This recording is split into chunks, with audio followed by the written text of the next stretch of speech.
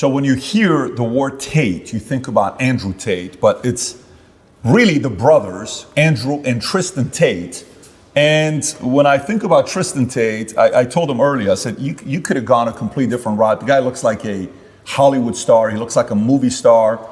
He looks like he could have played James Bond. Maybe they should even consider him for James. I know they just made the announcement. He looks like a real James Bond. Dresses like one, has the personality of one. The ladies love him. If you've never seen his pictures, just go on Google, type in Tristan Tate. You'll see what he looks like. Good looking guy. But he's got a complete different identity to himself. Very different than Andrew. We had a very good time talking to Andrew, your brother, and the way he built you up today was very unique. I've seen you guys talk to each other about each other, but the way he did it today was very different.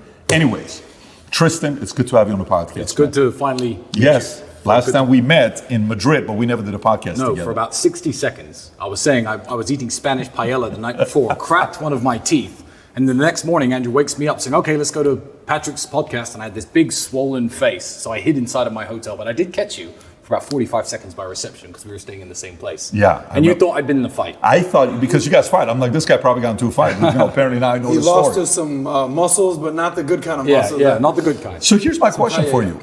When we read the stories about why, Andrew's gone to prison, or Andrew this, or this woman came out, or that woman came out, why did you go to jail? Why did you get banned? Why did they take your Instagram down? I mean, I remember the pictures.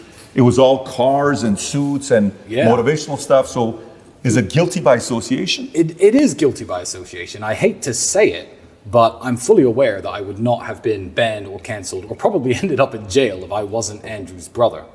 But there are so many benefits that come with being Andrew's brother that you have to take the good with the, good with the bad. So it didn't upset me too much. No, I smiled about it. Where does this positive attitude come from? You could be the victim. Oh, Andrew, you did this. Yeah, you landed me in jail. Look at all our assets are seized. Yet, smile on your face, as gracious, just humble guy. Where did all this come from? It's always been the way me and Andrew are, and we've shared in our successes. The first time he became a millionaire, we celebrated. When I became a millionaire, we celebrated. When we bought our first supercar, we drove that home from the dealership together. So every single positive moment in my life, the first time we ever chartered a private jet, I remember we were just happy, drinking, having a great time on the plane. This is before he reverted, before anybody jumps on that drinking reference. But if you want to take all the good moments from having a relationship, a brotherly relationship like me and Andrew have, and then he becomes the world's most Googled man, one of the most influential men, I guess, in the world. And by default, he's attacked by the Matrix in a way that ends up with him being thrown in prison. I feel like I'd be more mad if I didn't go to prison with him. I'd feel like, I've taken all the good from being associated with Andrew, and, he builds me up and I build him up. And for him to be sitting in jail without me, it would just feel wrong. So I'm not even mad about it. I'm the opposite of mad about it. I'm glad they roped me in with it. I'm glad they said guilty by association. I'm glad they throw me in jail with him. And if they frame him for real and send him back, they better send me back too, or I'll break myself in. You break yourself into jail. I'll break into the jail. Right. Seduce one of the prison guards or something smart. I can't see you doing something like that. I can't see you doing something like that. But you did give a good book recommendation earlier. I appreciate that, which was great. It's an inside joke, but so going back to this whole story of, I got confused right now because, we're both in a different place right now. I got it. I'm thinking number 7. I'm thinking 8.5. I'm in a whole different place today. Okay. But working out is good. Staying in shape is good. All that stuff is a very good thing. Yeah. So really though, when you talk to your lawyers, why did they put you in jail? I mean, I know it's guilty by association. Can they even do that? Like, what is the crime? Every story, all the girls, it's only towards Andrew. Where are you involved? Yeah, well, when digging through Andrew's entire past, trying to find a reason to put him in jail, what you have to understand is we have not been accused by X number of women. The prosecutor has accused us of doing X to X number of women. These women actually defend us actively. One of the statements in the file is a girl who I used to date a little bit. She details nothing illegal, says nothing illegal went on. She wasn't held against her will, she wasn't trafficked, she wasn't exploited. But because I used to sleep with her, I guess I'm guilty too. So, I guess one of the girls is my ex. So that's the only real link with me. But yeah, it's guilty by association. They wanted the Tate brothers in jail. So when they came to arrest, did they come to, was it you and Andrew? It was both of you? Yeah, they had arrest warrants for both of us. And when they came to arrest us, what's very funny is my cousin's girlfriend was here at the time with her friend. There were actually women in the house at the time. The women in the house were not questioned. The women in the house were not asked if they were okay. The women in the house were not asked if they were in danger, if they were safe. They were completely left alone, left to sit on the couch with us while the police watched over us, while they went through the house and took everything that was valuable. They were Googling the value of the various items they were taking, marking it down on a spreadsheet, and they left, I think, without saying a single word to the women who were in this house, which is very unusual, you would think, in an investigation about human trafficking. But you could take what implications from there you will, and guess what their motivations were, if you will, but I can't say anything at the moment. That makes sense. So we talked to Andrew earlier about his experience in jail. How was the experience for you, from your point of view? Well, I mean, Romania spends less money per prisoner than any single country in the European Union. The prisons are constantly getting in trouble from the European Union for being underfunded, too many people per room, not enough square meters, not enough calories per day. So the jail experience, it wasn't good, but it was interesting. And I took jail in a very strange way. I feel like if you're gonna walk around the world running your mouth all the time about what you are and what you think you are, eventually something's going to come along in the world and test you. If you walk around saying, I'm the baddest man on the planet, I can beat anyone up on earth, one day someone in the street is going to be like, you're the guy who thinks he can beat anyone up and punch your lights out. I don't speak as much as Andrew, but I do say I'm a very strong-minded person. I always preach to young men, if you're going through hardships, you need to deal with it like a man, continue your training, stay focused. And it just felt like God gave me an opportunity to prove to myself, above all else, as well as to everyone else who listens to me, that I am actually what I say I am. So coming out of jail, I'm almost grateful for the experience, as hellish as the environment was. As hellish as the environment was, you were grateful for it? Yeah, I'm grateful that my life has been very, very easy for the last 6 or 7 years. I retired from professional fighting when I was 28. The last sad thing that I guess happened to me was my father passing when I was 26 and a half. So I'm 34 now, I'm coming up 35. These things happened a very long time ago. I've increased in wealth, I've increased in fame. I fly around the world doing whatever I like, driving whatever car I like, staying wherever I like, sleeping wherever I like, going, it's been such an amazing experience that I haven't tested myself for real in a very long time. So yeah, grateful for the experience. Andrew had very high praise about you, right? I mean, we did a whole segment about he always thought you were the best brother in the world, but after being in jail with you, now he knows, he's confirmed and reaffirmed that you're the best brother in the world. And he almost kind of compared you to like being the yin to his yang, right? And I didn't really fully understand who Tristan was. We've sat with Andrew for hours on end. We just had 45 seconds with you after that paella incident, right? But he says that your special gift is you've mastered the art of not giving a fuck. Yeah. So what is that all about? Well, I'd say it's not giving a fuck in the way that, because I know people who don't give a fuck. Their life sucks. They don't work out. They don't care about their own health, happiness, wealth, work. Not in a degenerate, I'm a bum kind of way. I'll give you a better example, because I know exactly what he means. I feel like, because I am his younger brother, every great general who sits at a table with his staff needs that one fearless guy with him. He needs people who preach prudence and being careful, and we have those people, believe me. They're very, very loud in our ears every single day since getting out of jail. But, if you're a great samurai general and you're sitting around the table, you also need that one guy who says, okay, there's 10,000 of them, there's 5 of us, okay, let's just go. It's more fearlessness than not giving a fuck. If I had played things my way since getting out of jail, me and Andrew would probably be back in jail right now. I'm censoring myself on this podcast, but the first day I got out, I thought, you know what, screw it. Let me just put a camera on, just tell the whole world what's going on and let them take me away live on stream. That's me. So luckily he keeps me in check, but also I feel like I can inspire him to make a few bolder and braver decisions in life because of my counsel. So I'm very much one of his councilmen, but he does need me at the table. Without that guy, you're just going to be a pussy, Have you always played the number 2 role? Like, in monarchical times, it was always the eldest son that was passed down to the crown. From your father down to Andrew to you, has it always been an understanding, all right, I'm number 2, my brother's the leader, let me get in line, let's crush it? You know what, I don't feel it's necessarily like that. I feel it's more that I know what his strengths are, and I'm there to compensate for his weaknesses. He knows what my strengths are, and I'm there to compensate for his weaknesses. So who's the leader and who's not all depends on the situation that we're in. Certainly me and Andrew have been a team a very long time, and we made a lot of money before we ever blew up on the internet. Our relationship was a lot more equal then, but Andrew is the famous one. I'm fully aware that he's the guy who will go in front of the camera and say the types of things or voice his opinions in a way that garner infamy and fame. And I've blown up alongside him. Mm-hmm. So, part of the price is going to jail. You know, they say that your ego is not your amigo.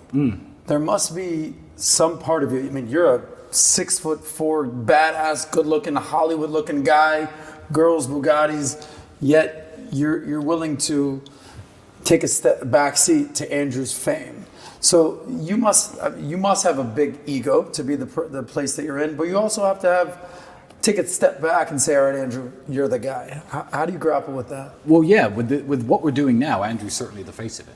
But he wanted to build this. This was never my intention. I thought, okay, you're going to make some money on the internet. That's cool, Andrew. You do that. I'll continue doing what... In fact, I'm going to interject with another story.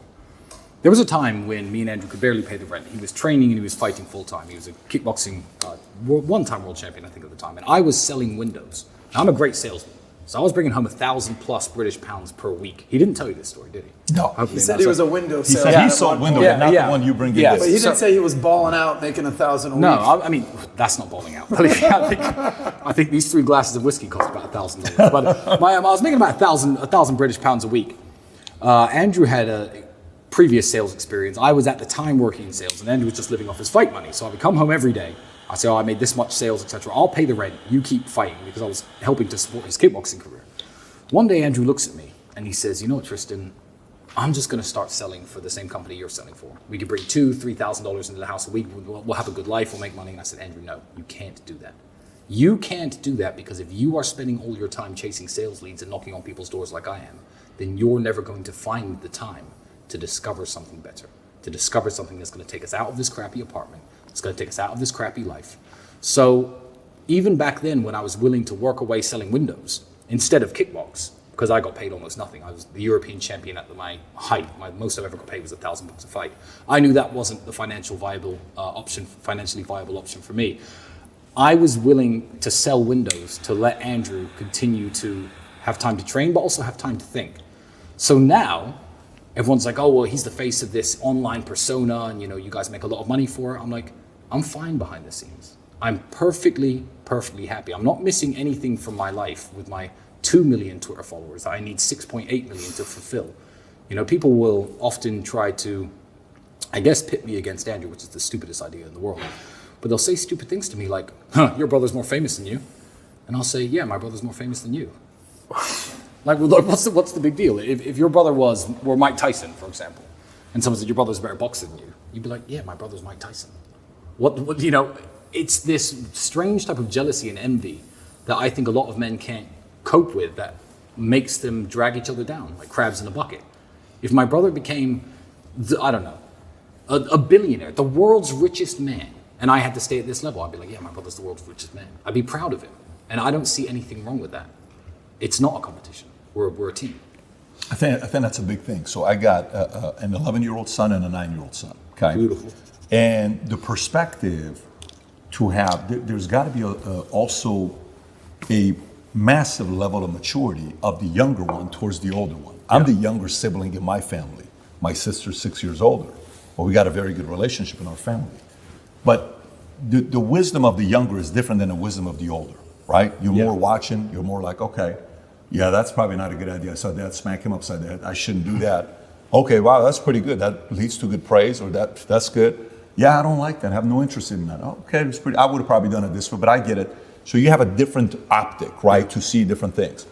At what point was it when you're coming up and you guys you were talking outside and you're like, hey, we're so competitive that, hey, 6 years ago, the whole prank concept, but we no longer do pranks, all this. We're a big prank family ourselves. When was it, and even maybe from your pops, did Dad drive you guys to compete against each other, or did Dad drive you guys to compete against the world? What was his selling point to the two of you? I don't think it's something that we learned from my father. My father didn't have a brother or another guy in his life who were close like me and Andrew. I think it's something that happened organically. And it's not so much competition against each other in terms of what I can do and he can. It's more like, how much am I going to contribute to the team that you don't? So a perfect example, this house is set up literally perfect for it. I'll come down in the morning, 7 a.m. Andrew's at his laptop. We'll go there's an exercise we hate doing. You put 30 kilograms on a burpee bar, on a weight bar. You do a burpee, lift it above your head, and you do it 150 times. It's tiring, it's horrible. So I'll do them and I'll say, Andrew, you're a pussy. Why haven't you done them yet? Then he'll do them. And then I'll go do them again, just because. I know if I do them, he has to do them. That's not, people can see it as two men competing against each other, or you can see it as two men within the same house getting stronger and pushing each other to become stronger. When we're racing around racetracks, we're both, I guess, professionally trained drivers. We have lots of track experience, lots of road experience. The fact that he will drive faster than me will inspire me to do better in myself. Then me and my brother as a team are better drivers. It's not two men competing against each other. It's us against the world, but that's something that happened very organically. And he's always been the better kickboxer. I'm bigger maybe I'm probably fatter, but I've certainly got more muscle as well. But people see me smash the pads, and amateurs, like a girl I knew once said, "Oh wow, you hit the pad so hard. Can you beat Andrew in a fight?" I'm like, no. When I try to punch Andrew, I punch nothing. I hit air, and he ends up counterpunching. So he's always been the better kickboxer. But I can take that and be like, you know what? Good. He's the 4-time world champion. Good. That's my brother, and just be proud. It's us against the world. So that wasn't Pops. That was more you guys. Yeah, it was us. It wasn't my anything my father naturally instilled. I mean, he certainly wouldn't let us fight and argue with each other. He had some unconventional punishments. If we were ever arguing, he'd lock us in a cupboard together to sit there and stare at each other. He told us that story. He told you that story. Just yeah. sitting So there we go. staring That at way, each other that for way, hours that way, on end. that way, you know it's true. When you're sitting staring at your brother because you guys were acting up and fighting or whatever, you might want to implement this for Dylan and Tico if you boys see do this. It works. You're staring at each other. Yeah. What did you learn about your brother at that point? What do you think he learned about you? Just sitting staring for hours on end as a punishment. I think you just realize that the conflict has no benefit. You're going to end up standing in that cupboard. That's the payoff for your conflict. There's no victory competing against your brother. And, we grew up in Luton as a huge Asian diaspora, I guess. Lots of Indians, lots of Pakistanis, lots of Sikhs, lots of Muslims. And these people work as a team. It's one of the reasons they outcompete British people, native British people, in almost every single metric. And we knew a guy named Bali. I hope Andrew hasn't told you this. No. So he was a lawyer, probably £50,000 a year. And he drove a $400,000 Ferrari, a £400,000 Ferrari, and a £500,000 Rolls Royce sometimes. And we were saying, like, do you think Bali's a drug dealer? What do you think he's up to? And me and Andrew at the time, had quite a close brotherhood. And he looked at us one day. I said, Bali, how do you have all this money? How do you get these fancy cars when you're just a lawyer? And you're relatively young. He was like 26, 27, about 5 or 6 years older than I was at the time. And Bali's exact answer was, I remember he said, you white people are stupid. Now, I'm mixed race. He wasn't talking anything racial. He was talking about, I guess, native British people.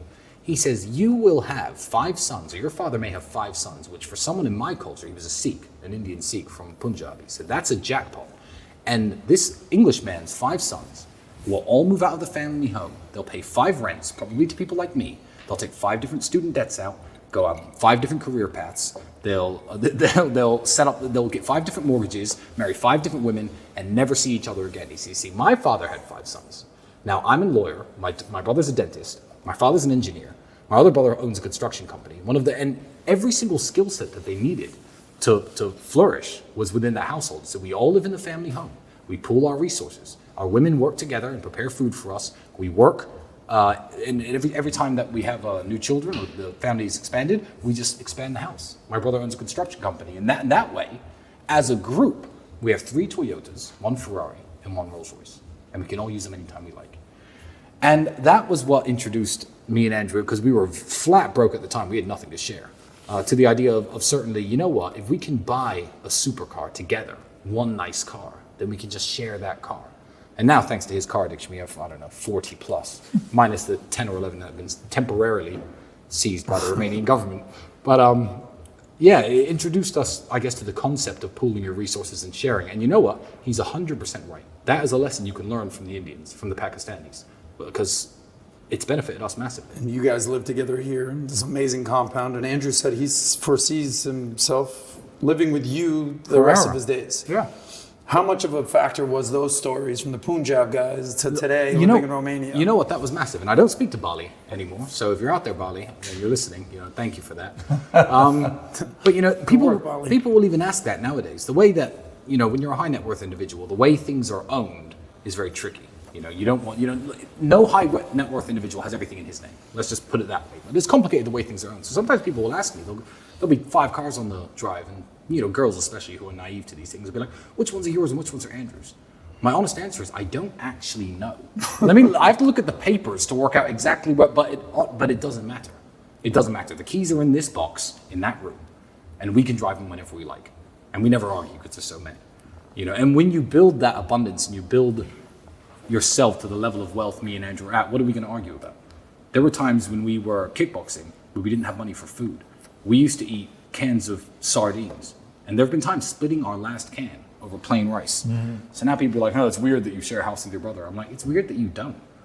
I used to share my last can of food with him, and now we can't live in the same house. I've got 9 bedrooms. It's not like we're cramped for space. And otherwise, we just live in 2 separate houses with 4.5 bedrooms each, and drive to each other's houses every day. It wouldn't make sense. But there's got to be 100% trust for this to work. Oh, 100%. Which is what you guys have. But me and Andrew have a 100% trust. Very obvious. Yeah, very obvious. Trust. So he gave you some love. What would you say about him? Like from your perspective, what strengths, who is Andrew to you, and maybe what are some strengths and things he does that the rest of the world doesn't see that you know? Andrew is the hardest working man I've ever met.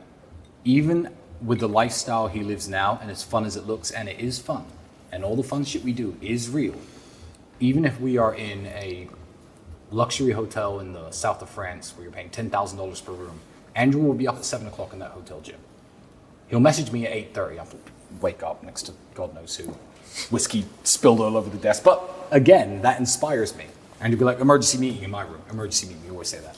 So I'll go to his room. So the whole world is what's the emergency meetings? And he'll bring up tiny issues with the business that, I could have slept on quite happily. But again, it's like me doing the exercise when he won't. It pushes me to be a better person. And Andrew will happily work 15, 16 hours a day and then go out and spend 4 or 5 hours having fun and blowing loads of money. It doesn't come from the sky.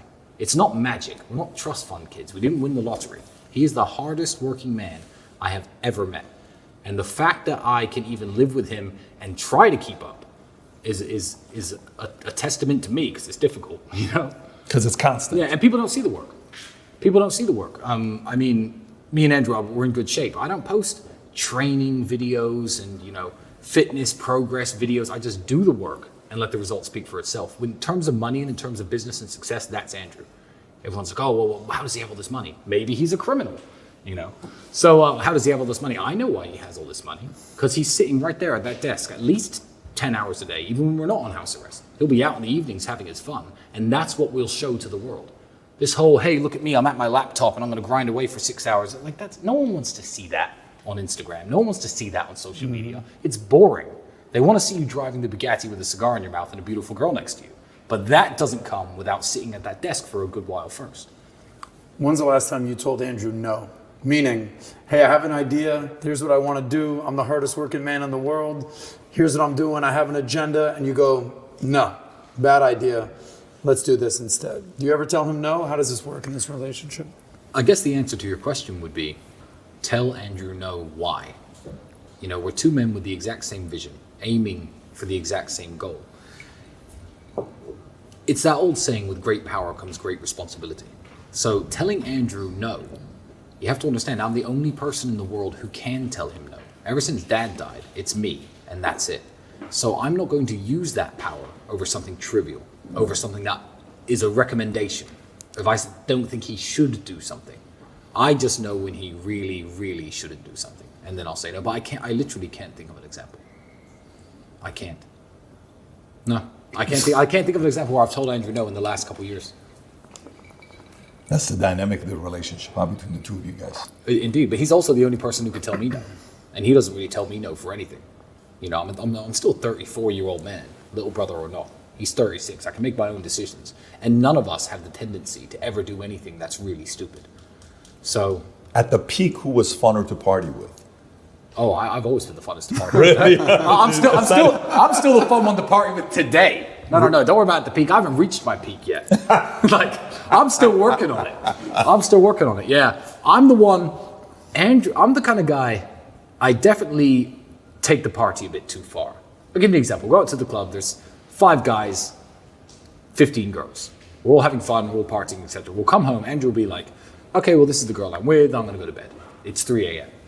I know I could go to bed with one of these women at any one time. Back in my party days, I've calmed down a bit on the womanizing. I really have. And he'll be in bed at 3. I'll still stay up till 6, drinking with the guys, because I think, let me squeeze the maximum amount of fun out of this night as possible. So obviously it gets ruined when it gets to 6 o'clock and the girl I like is now asleep or home. And it's like, oh, wait, well, I definitely messed that one up. But I'll certainly try to have as much fun as possible. And it comes back to bite me sometimes. But when's the last time you partied? You've been in jail. You haven't had one day of freedom this year. No. Right? You guys are known as these kickboxing, badass, womanizing party guys. But Andrew's been very subdued. He's converted to Islam. He's not drinking. No, he doesn't drink anymore. When's He's completely the last time quit. that you had a fun night out in the town? A fun night out in the town, I don't know. But I had a fun night right here in my house when my camera guy showed up. I'm going to say his name. His name's Bailey. I'm going to say it. I don't care if he wants to. He can't censor out. Don't give him editorial control. So he got here. I thought, you know what? Bailey's here. That's something new. I've been locked in jail now. I'm on house arrest. Let's open a bottle of champagne. Don't worry, Bailey. Just one. 4 bottles of champagne later. And Bailey's like wishing for death. I'm like, okay, fine. I'll let him go to sleep. But we stayed up all night talking politics, history, very, very interesting things, along with my coach, my physiotherapist, Alex, who hates drinking, by the way, but he'll partake sometimes. And, it was just 3 guys together talking about, I feel like it's the way things should be, and the way things certainly were before mobile phones. Nowadays, everyone's too connected digitally. They speak to each other online too much. Everyone WhatsApps each other, checks on their friends that way. I like sitting around with my friends and just drinking and talking and having a good time and learning new things from them and telling them new things that they don't know. I find that to be incredibly fulfilling. So You were saying interests. You said cutters. You collect cutters and all this stuff. I collect cigar lighters and cigar accessories. I'm a nerd about my cigars. I'm a real nerd about it. I tried my first cigar when I was 28. And now that I smoke a lot of cigars, people will accuse me of saying, oh, well, you try to teach values, but you encourage smoking. I don't encourage smoking. These are bad for you. But if you do them, train really hard in the gym, get as fit and strong as possible, at least try to compensate the damage. But yeah, I'm a nerd about my cigars. I smoked my first one when I was 28. I had a car crash, which stopped me from professionally fighting. I had some surgery just a year and a half ago to fix all that damage finally. But I thought, I can't fight anymore. I've always thought cigars looked cool. I'd never smoked a cigarette or any kind of tobacco product up until that point. And I walked into the cigar lounge. I thought, oh, yeah, this big Cuban cigar. Let me buy one of these. I had some money even back then when I was 28. And I got this cigar. Got about halfway through and my head was spinning. I don't know how I drove home. I felt horrible. But yeah, now I smoke 2-3 cigars a day sometimes. Some days I'll go without smoking. But the accessories are what make it cool. Even here on the table, these have been here since your podcast with Andrew. But it's the lighters I like, the cutters I like. I'm a real nerd about it. Before going out, I'll pack my cigar cases, etc., ready for the club.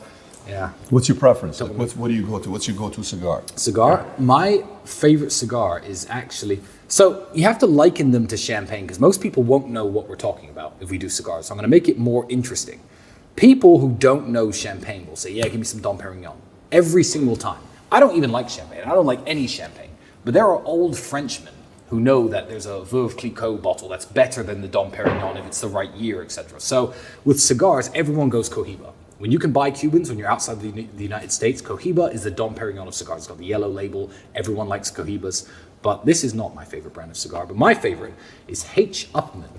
Now, they have a European name, even though they're Cuban, because a German businessman started that company in 1848. Cohiba was founded in 1966. It has much more history behind the brand, a much better quality cigar in terms of build and flavor, and they're about half the price.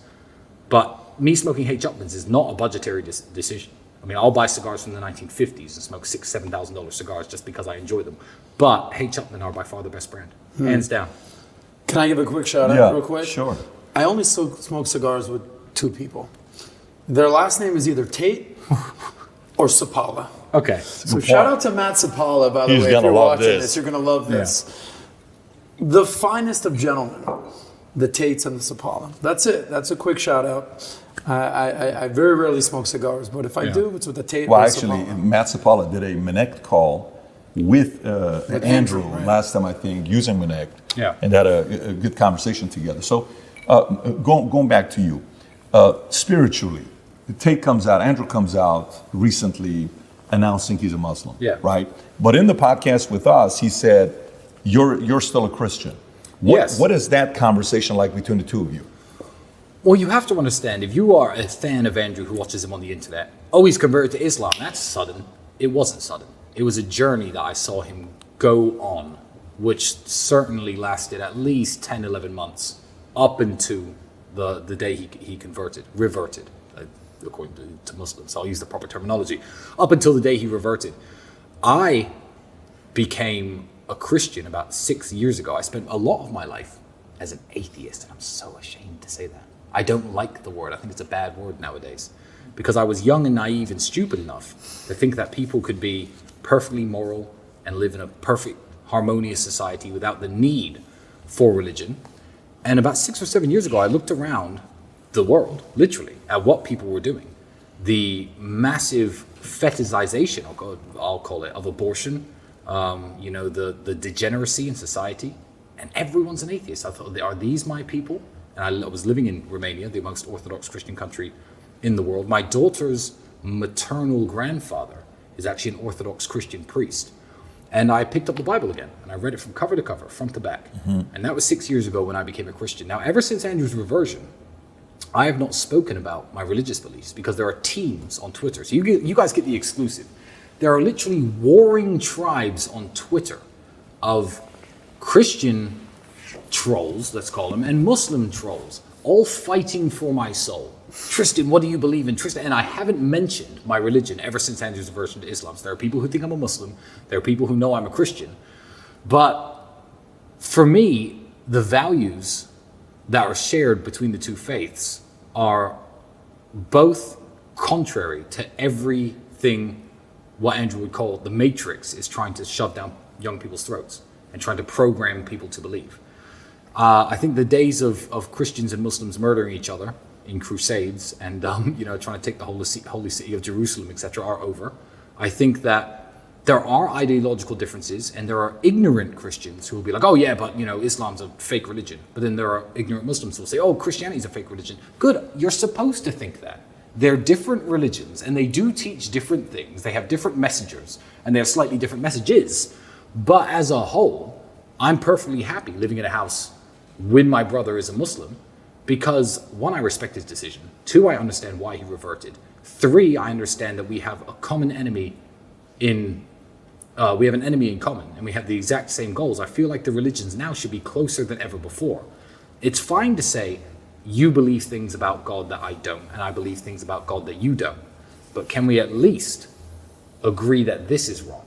And I feel like common ground would unite Christians and Muslims hand in hand if people were less standoffish. So I have no problem with my brother being a Muslim. He's quit drinking. I have lost my drinking partner. And the only reason I'm actually talking to you about religion and answering these questions, because I kept it very close to my heart and I haven't spoken to anybody about it, is because I am publicly drinking whiskey. Well, if you need a new drinking partner, Tristan, I can help you out here. Absolutely. And you're Jewish? Yes, there we most go. of the time. Muslims refer to Christians and Jews as people of the book. And you have to understand that Muslims hold Christians in very high regard. So I've read, even since getting out of jail, I've read 4 books on Islam since getting out of jail. And I was actually quizzed by a Muslim scholar who lives in the United Arab Emirates. He said, Tristan, are you ever going to revert to Islam? And I said to him, reversion or conversion to any religion, I don't believe it's something that you do. I believe it's something that happens to you. If you look into a subject and you read the Bible, and you read about Christianity, and you read about the life of Jesus Christ, you don't think, screw it, I'm a Christian. I feel like it's something that would have to happen to me, not something I'd choose to do. And I've even had people say, your life would be better if you reverted to Islam because, there'd be benefits of you living in the Middle East, etc. And I said, no. How disingenuous would that be to my Muslim friends and colleagues, of which I have many, to revert for any beneficial reason other than me genuinely feeling it within my soul? So that's the reason I haven't. Not because I haven't chosen to, but because it hasn't happened to me. Right. So that means it could happen. Yeah, one day. absolutely. Right. Absolutely. You said so interesting. You just said something earlier, real brief. You tweeted out. You said positive pregnancy test ? Yes. Unsure what to do? This is the sign you were looking for. Keep the baby. Yes. Raise the baby. By the time they are 2, you will thank God you read this and shudder that you ever considered an abortion. I understand you have a choice, but make the right one. Yes, I did tweet that because I understand that there is now a chance with 1.8 million people following me on Twitter and 600, 700,000 people watching each of my tweets that I may have just saved a life. I wasn't trying to make any point about the legality of abortion because everyone's arguing underneath the tweet, oh, it should be legal, it should be illegal. I will actually upset both teams because I'm not pro-life or pro-choice. I believe that abortion should be legal under many circumstances, and there are many reasons why there are people in the world who for many reasons would need an abortion. What I do is I don't try to force my views on anyone else. So my view on abortion is very simple.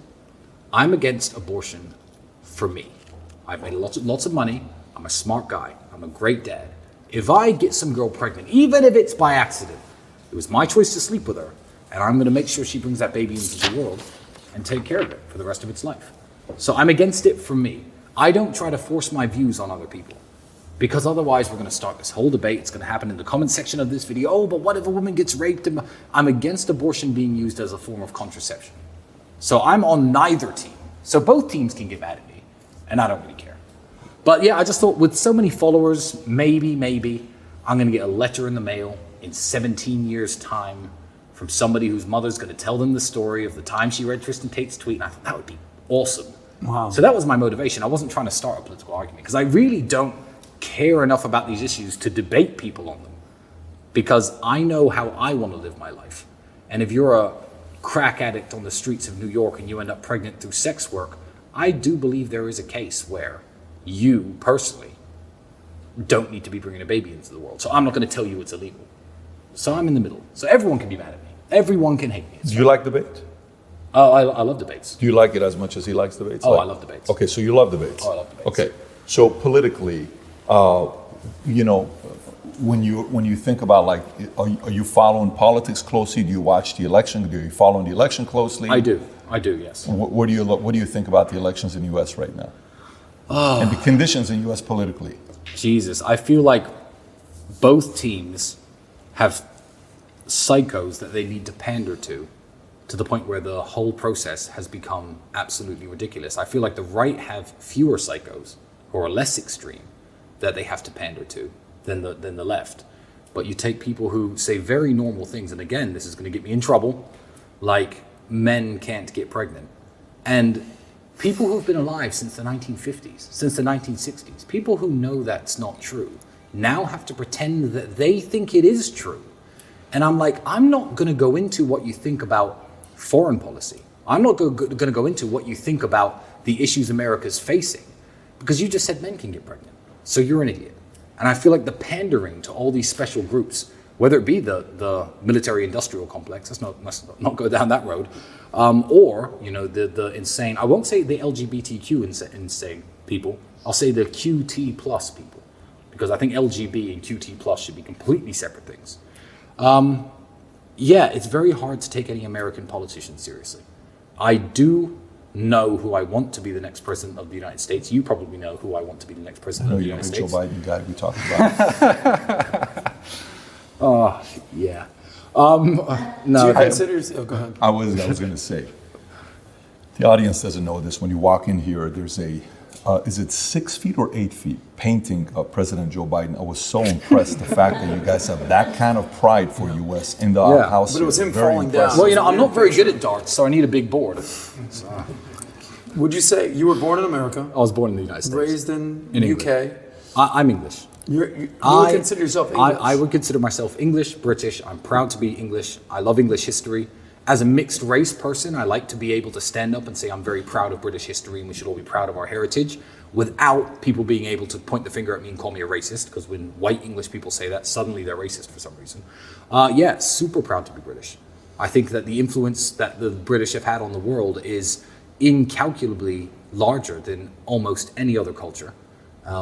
Please correct me if I'm wrong. A lot of the great inventions in the world were British. The way that you go to every single country in the world and they're all speaking the language of one tiny island in Northern Europe. Why? You know, I'm a proud Englishman, and I don't care about the United States so much because I left when I was 8 years old. If you want a guaranteed way to get in touch with me, maybe you have a business idea, maybe you want some fashion tips, maybe you just want to connect, you could find me on Manect. How interested can I be? As much as I'm interested in the nerdy way that I'll follow it and know what each team has to think, if I've never worked a job in America, I've never had a girlfriend in America, I'm not educated by the American school system, I don't have a business in the United States. You've never had an American girlfriend? Oh no, I've had loads, but I've never had to manage a relationship while living in the United States. Yeah. So what do I really have invested in who wins the election? You know, as much as I'm interested in it, I consider myself British and I care much more about England, which is a lot more fucked up than the United States in lots of ways. It's failing in every single metric, which makes me sad. Would you say you follow British politics even more than American politics? No, I follow American politics because it's more interesting. The British politicians are all rubbish. And because of the electoral system where the Prime Minister comes from the party who has the most seats and each seat is an individual election with the first past the post system, there's no winners. Nobody can come along as a hero. Let's say hypothetically, because I don't want to say who I support for president, but let's say hypothetically, some billionaire businessman with charisma came along and said, I want to become the leader of England. He's got no chance. He'd have to start his own political party. He'd lose in every single individual election in every single constituency in the United Kingdom. And you'd never hear from him again. I think it was I don't want to say the exact date because someone's going to correct me on it, but it was in the 1970s, the Green Party of England won 20-something% of the vote and got 0 seats in the House of Parliament. That's the way the system works there. So no hero is coming along to save the UK, which is sad because I feel like both political parties that could possibly win and both their leaders are equally horrible. What you're saying is only in America. Yeah, exactly. Is that something like that possible? Yeah, exactly. In England, you got 2 dead horses and the race is about to start. Why watch? I'm not interested, you know? And nobody else is either. I actually have another question for you. Go ahead. We all have our nicknames, right? Yeah. PBD, right? Sauce. Your brother is Cobra Tate. You are the talisman. Yeah. Okay. I actually had to Google what the talisman was, Yeah. right? So it is an object that has magic power and brings good luck. Yeah. Right? And keeps evil away and protects the person wearing it from illness, accident, disgrace, and misfortune. Absolutely. Right? So how did you get the name the talisman? And are you Andrew's talisman? I absolutely am. But it wasn't Andrew who gave you the nickname. I was 17 years old and I was working at a sandwich shop and I used to hang around with this African guy from the Ivory Coast Republic. Luke, if you're watching, God bless you. I don't know where you are today. And we'd go out to various bars and we would, anytime he'd see attractive women, because I mean, I'm 17. What do you know? You know, of course I'm out there trying to meet women. And every time there was a group of attractive women, I'd go over and approach them. And how smooth can a 17-year-old be? But, you know, girls tended to like me. And he called me his talisman. You know, I don't know if it was his lack of English that made him use the word talisman instead of good luck charm. But he would always call me his talisman. And it was the talisman. And that stuck. And then I needed a fight name. And it was Tristan the Talisman Tate. And I feel like if you are my friend, if I truly care about you, whether you are pursuing a new goal in business, whether you are attacked on the street, having me by your side I'm a good person to have by your side. And I've proven that hundreds of times to every single person who I hold dear. So I like that name because it suits who I am. You know, I say that in every single photo, if you see me and Andrew together, I'm always walking behind him. And believe me, I'll hit someone faster than the bodyguards with us will. I'm that guy. So I like the nickname, and I think it suits me very well. So you're Andrew's talisman. Yeah. Well, then how would you be worse off? Anything you want to do in life, how would you be worse off if I was fully invested in the idea that you had, and I was on your side, 100%? I'll sign you up right now. How would I make Tristan, you worse off? you're in. So I feel like that I'm a very well-rounded person, and it's not just for Andrew; it's for anybody I choose to associate with, or anybody I choose to do business with. So or protect, or you know, certainly 5 years ago when I was a bit more wild, if you wanted to go out womanizing. Pretty good at that too, so I'd bring you some luck in that department. Sign right here. So, Yeah. No, retire from that. Who's your talisman? In what business? It varies because Life. the hardest thing to find in life is a flag carrier. It's the hardest thing to find is a flag carrier. Yeah. Flag carrier, you find a flag carrier that's fully with you, and then the time span of how long that person's going to be with you. If you look at Elon Musk right now, who's his talisman? One phone call away from David Sachs. David Sachs, things get done. The guy's a doer. Yeah, good point. It's a very, what do you think about Musk, by the way? What he's doing with Twitter?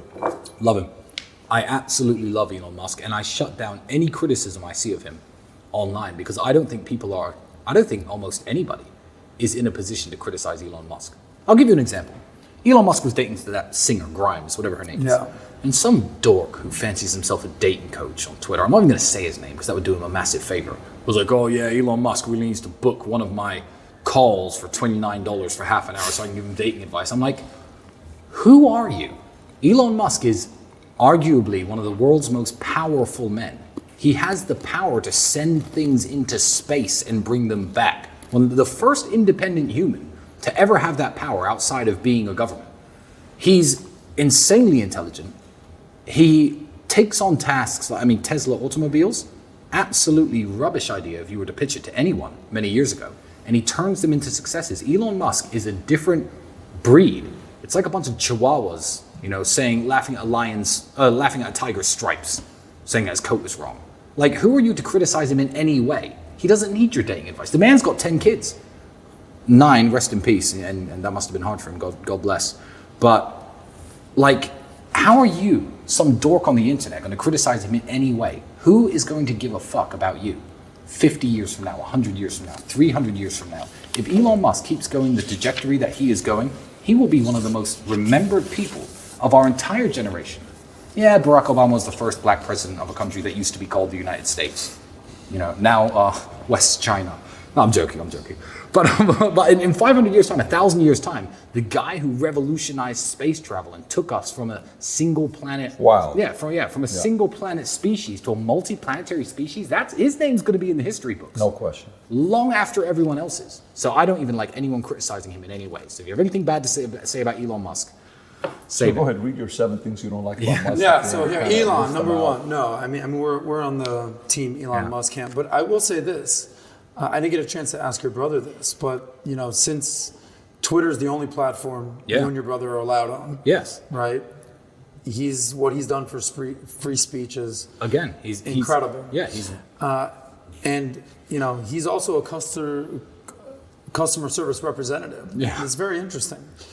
Your brother tweeted back to Elon. Elon tweeted famously, "I think I'm going to remove accounts that are inactive or aren't tweeting anymore." Yeah.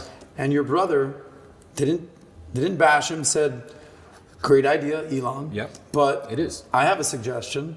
My father passed away, 7 years ago? 8, maybe 8. 8 years ago. I still read his tweets all the time. I would really appreciate if he would keep his account active. Yeah. As of today, I think his account is still active. It is still active. So, thoughts on that? The fact that Elon Musk possibly read your brother's tweet. Well, he's kept it active. Well, he's liked some of Andrew's tweets before, but you have to understand, and I fully understand. I don't have an ego. I fully understand. If you don't know me and you've never met me, and you listen to what the prosecution service of Romania is saying about me, even if you like me and even if you don't believe it, the smart choice is wait for it to be proven bullshit before interacting with me.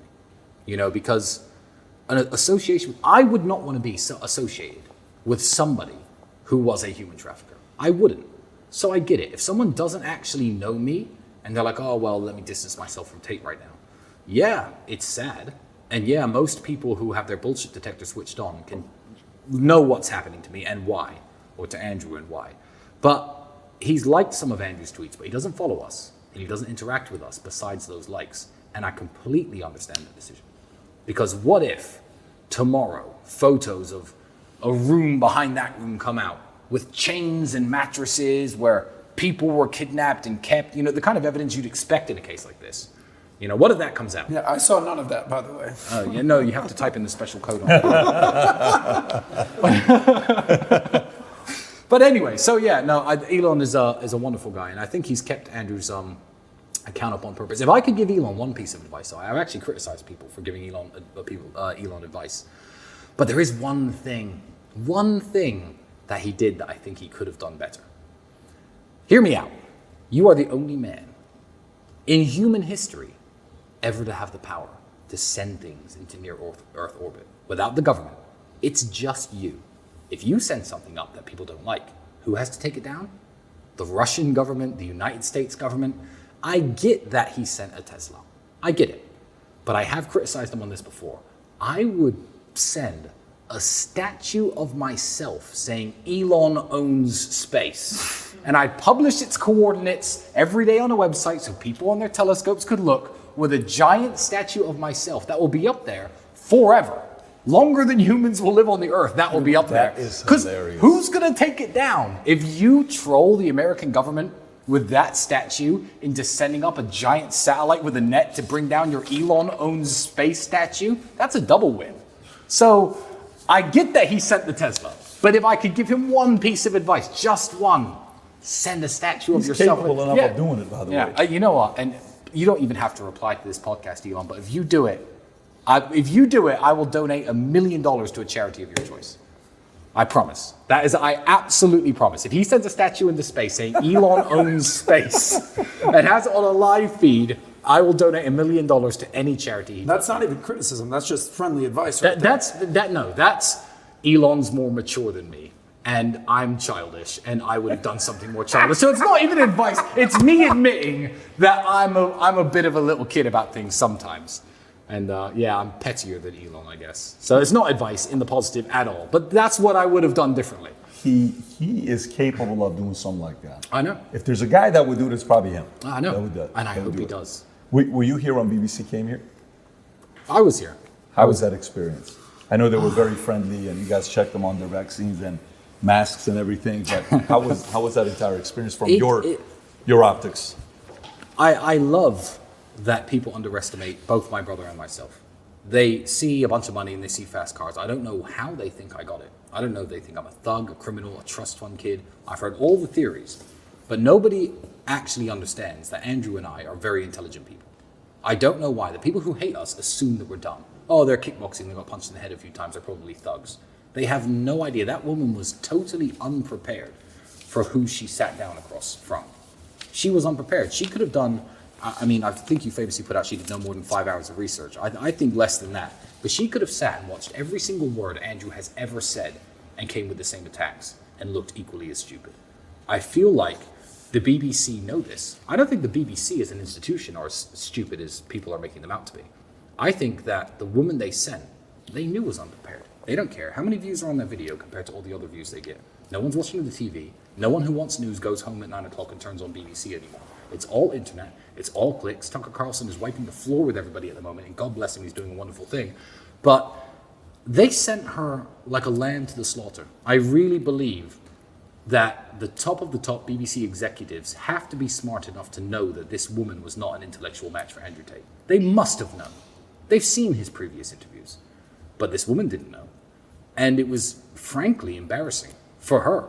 I was standing right here on this balcony listening to the entire thing. It was happening right here. And I felt embarrassed for her. Yeah, clearly she had an agenda. Clearly they lost. What I thought was pretty pathetic is even if you have an agenda, even if you don't agree with the person, at the very least, shake the person's hand. Yeah. Why wouldn't she shake either of your guys' hands at the end of the interview? That's just low class. Yeah, it was. And it was the fact that if she had felt that she had got the better of him, she would have shaken his hand. She absolutely would have. She clearly lost. Yeah, because she shook his hand in the beginning. So, yeah. Let me ask you, so clear the air. If they're accusing you, if they don't know how you make money, you guys run the real world. You guys run the war room. Justin Waller, who we were saying nice things about earlier. Shout out to Jay Waller. Nice things, He put out a tweet last week. I'm going to allow you to clarify. He said, last week I put out a challenge for any student of the real world to pay the next month's mortgage for their parent. Yes. He gave an example of a guy named Didar. So Didar, shout out to you, came through for his Mother Day. Could not be more proud of this young man. I know Cobra Tate and the Talisman would feel the same. So here you are changing actual people's lives, enabling young men to pay their parents' mortgage. Yes. What are you doing with the real world? What are you doing with the war room that's actually enabling people to help their family, to make money? And as a byproduct, obviously, you guys make money. Well, the real world I think it's almost a revolution in education, which is another reason why I think everyone wants Andrew to shut up. I feel like the traditional way, because you have to understand, universities have a monopoly on the borrowing credit of young people. An 18-year-old who wants to be a pilot cannot say, hey, bank, give me some money so I can take some flying lessons and get my pilot's license. They'll say, no, join the military or don't. He can't say, I've got a great business idea, give me a loan, I'm gonna start an ice cream store, here's the business plan. They'll say, no, hey, I wanna study gender studies, give me $100,000. Boom, they write the checks every single time. And the people you're learning from are not necessarily qualified to make you a better fit for the workforce. They're not necessarily qualified to teach you anything about how to make money, which used to be the end goal of university. I do not shit on university. My doctors went to university, my lawyers went to university. University is absolutely necessary in today's society. But telling every young person that that's the only path to success.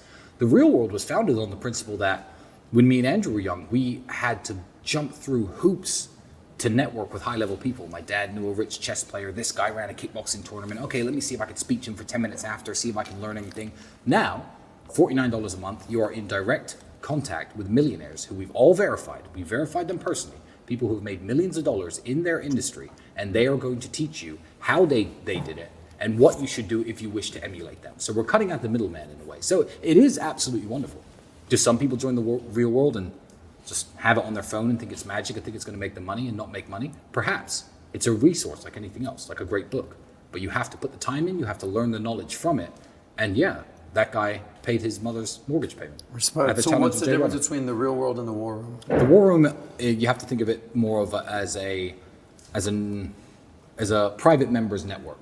Whereas the real world, nobody's vetted, nobody's kicked out. Anybody who wants to jump in at any point, man, woman, or child, of any age, can get inside and learn from the people who are professors in the war room, in the real world. No, see, I just mixed them up just there.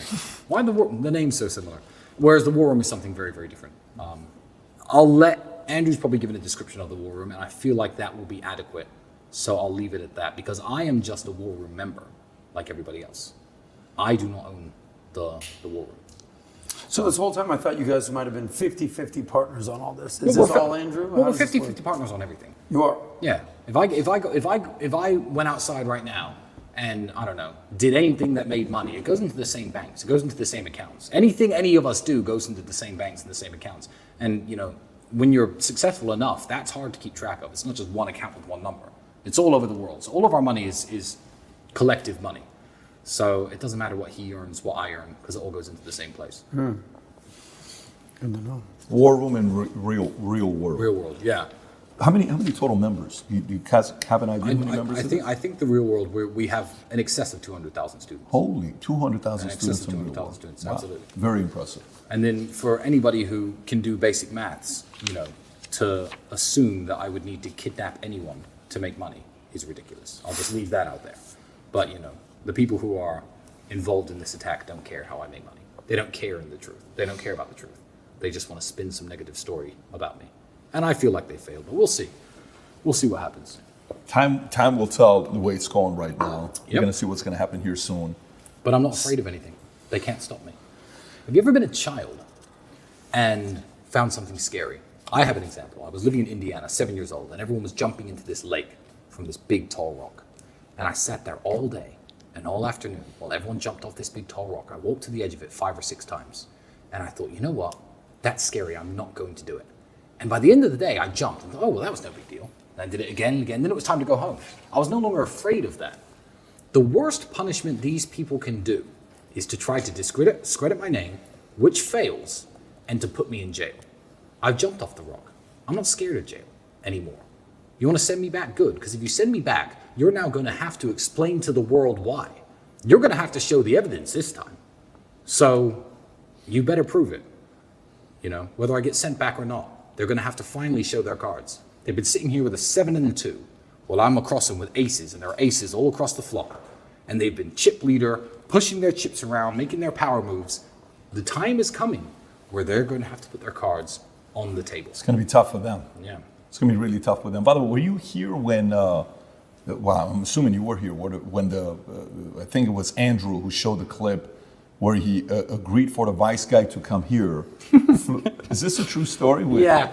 There was an event that the War Room held called The Test. Nobody knew why they were coming or what they were doing, and Andrew matched them up in a professional fight on no notice, because everyone likes to talk big and say, I'm ready and I've been physically training, etc. And people could either pass the test by getting in the cage or fail the test by denying it. The Vice guys went through the test, and the entire time he went through the test, he was like, this is awesome, yeah, I understand how this helps men grow, and etc. Gave me all the bullshit in my ear. I knew he was a snake from day one, called him out on the podcast.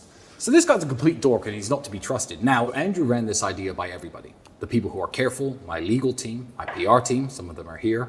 And a lot of people said, no, don't do that. No, you'll look like a bully, you'll look like you're mean. I was like, this guy, when we were in jail, released the most biased piece of negative journalism I've ever seen against us. Screw this guy. Andrew was like, really? I said, yeah, go for it, Andrew. I was that guy who said, who cares? What's he gonna do? Break into my house, pass my security guards, and somehow beat me up? Now, we would have loved to fly to Australia or Thailand and stand him up there, so he's got a nice, 16-hour economy flight home. But sadly, all we could do was Bucharest. And I thought it was absolutely hilarious. He's still begging for an interview, by the way, even today. How long was he waiting outside? Oh, he came back twice. He wasted the whole day, but outside of my gate and physical hours spent, maybe 3. It's a shame what's happened to Vice these days, by the way. George Soros buying him out for $400 million. Yeah. Well, people deserve it. They, what goes around comes around. You want to be a little jerk? People are going to treat you like one. They certainly won't forget how you treated them. People will not forget. Oh, absolutely. They never do. Speaking of what goes around comes around, there's probably the two most famous brothers in the world these days. You get the Tate brothers. Yeah. And you get the Paul brothers. Mm-hmm. And there's been some beef, some words exchanged. Yeah. No love lost. I don't know. Certain people have said certain things about one another.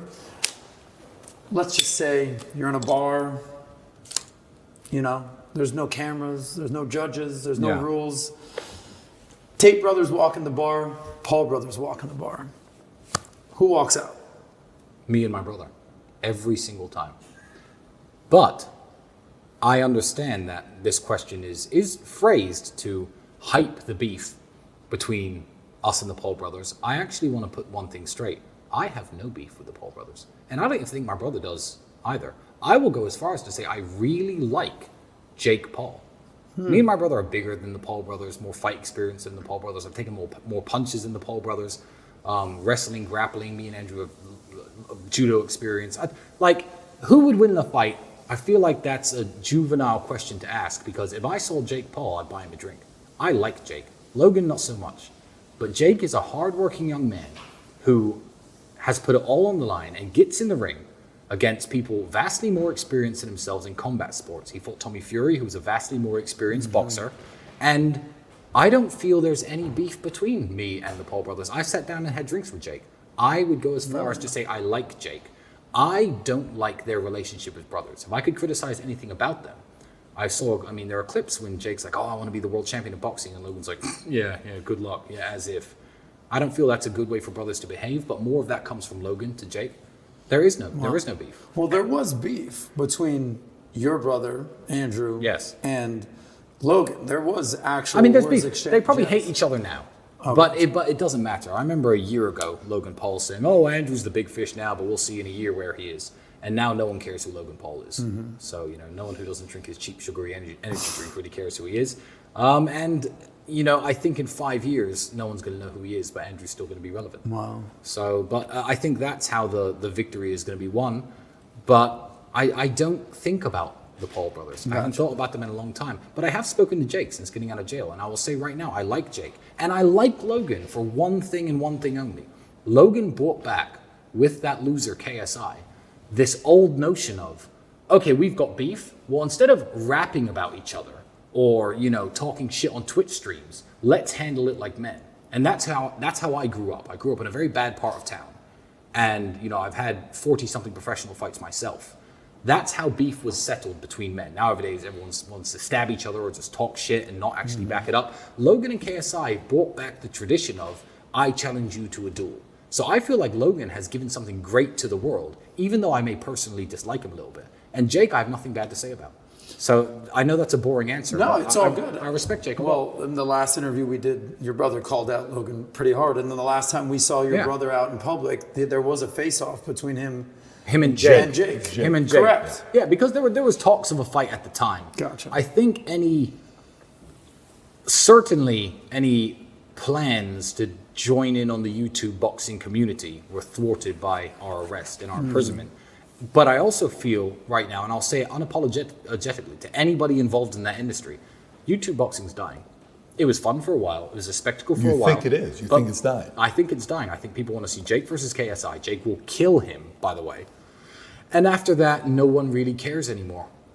I think that you can only put a spin on boxing for so long, but you're never going to beat the traditional, this guy's trained 15 years against this guy who's trained 15 years, old school rules of boxing. I've actually likened YouTube boxing to celebrity sex tapes. Hear me out.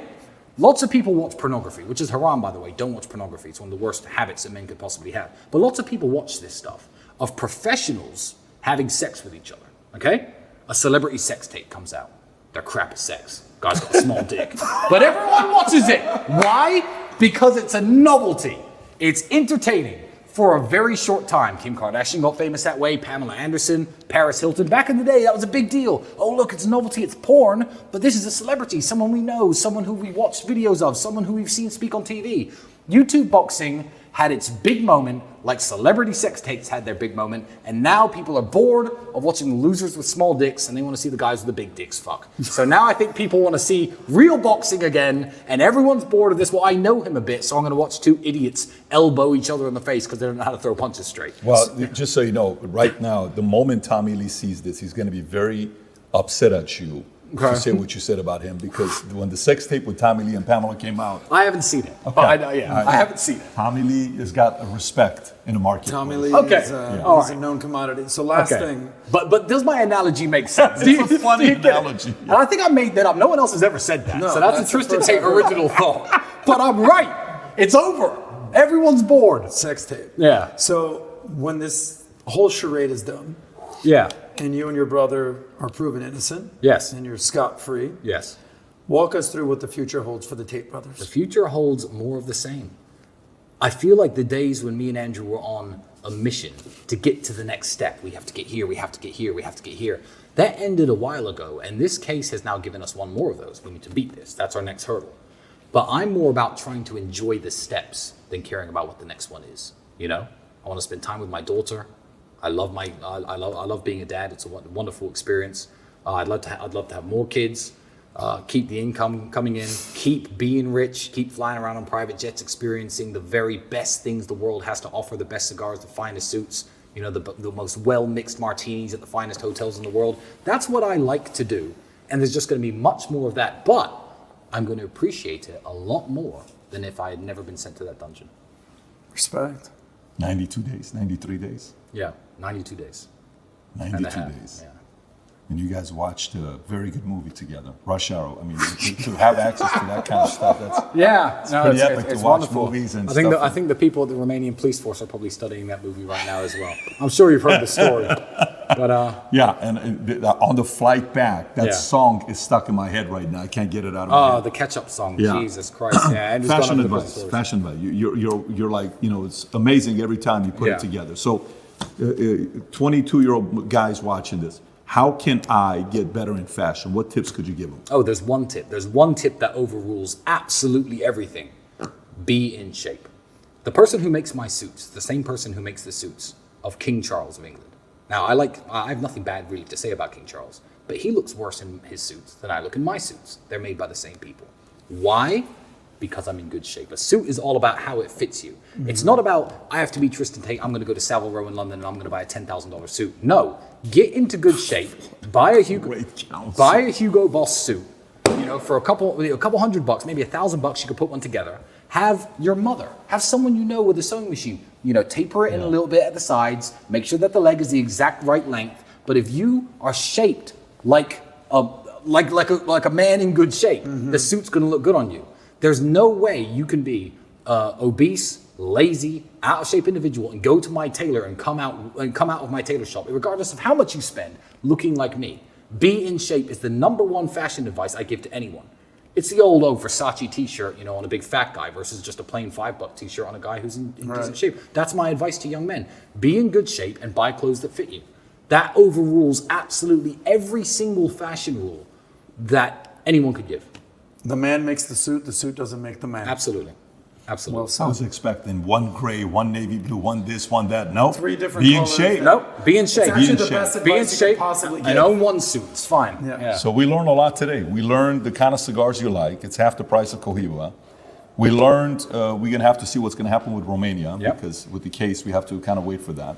We learned that these YouTube fights is like porn, celebrity porn. You know I'm right. You're smiling because you know I'm from right. there.